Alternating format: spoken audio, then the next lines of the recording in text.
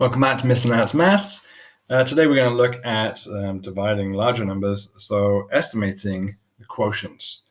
What's a quotient? It's the answer. Okay, so let's take a look at this example of 304 divided by 19. Okay, so this is the type of question we're going to be looking at in grade 5. And it's starting to get a bit tricky, isn't it? So let's estimate our answer, and that means that we're going to find the quotient. Okay, this is our whole number, and this is our divisor. And what we're going to do is we're going to round these numbers to help us divide. Okay, so let's say that the 19 is pretty close to 20, isn't it? And 304 is pretty close to 300. Okay, so what we're doing really, this is almost equivalent to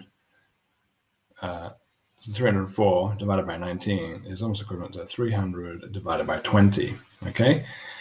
And then we can divide by 20 because we know that this is the same as saying 300 divided by 10 and divided by 2, right? Because I've used the distributive property here to break apart the 20 into 10 and 2. I need to divide by both, which will mean that I'm dividing by 20.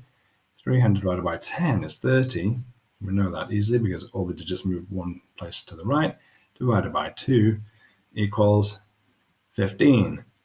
So we know that 304 divided by 19 is going to be roughly 15. This is going to be really useful for when we're doing our calculations properly, so we can estimate the answer first of all and figure out if the answer we get finally is going to be right. Okay, let's have another example of that just so that we can see how that works again. So this time I'm going to use 243 divided by 62. Okay, so I'm going to round these numbers. 200. Well, I'm going to actually look at the divisor first of all. I'm going to round this to the nearest 10. So this is 60.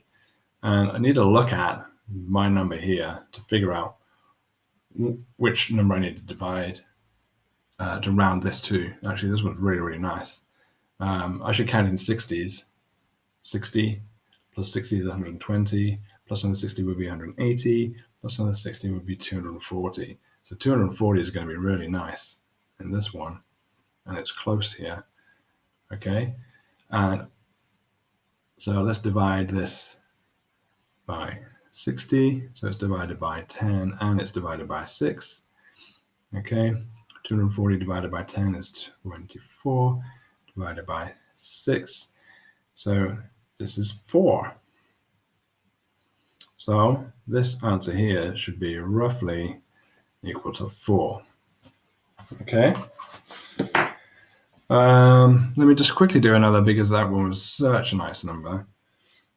Okay, let's have something more like, I don't know, 152 divided by 71. Okay, this isn't instantly obvious what's going to happen here, so let's first of all round our divisor. This is going to be near 70. Okay, what are we going to divide by 70 here? 152 seems very awkward. So I'm going to count in 70s again. 70 and 70 is 140. And another 70 would be 210. So let's just write these down for a minute. 70, 140, and 210. Right, and I need to look at this number and place it here. Which number is it closest to? Is 152 closest to 140 or 210?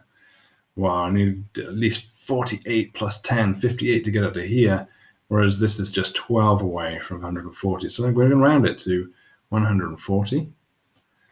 Okay, and so I've got now 140 divided by 70, and let's break that apart into 10 and 7. 140 divided by 10 is 14, divided by 7, and look how easy that is now, is 2.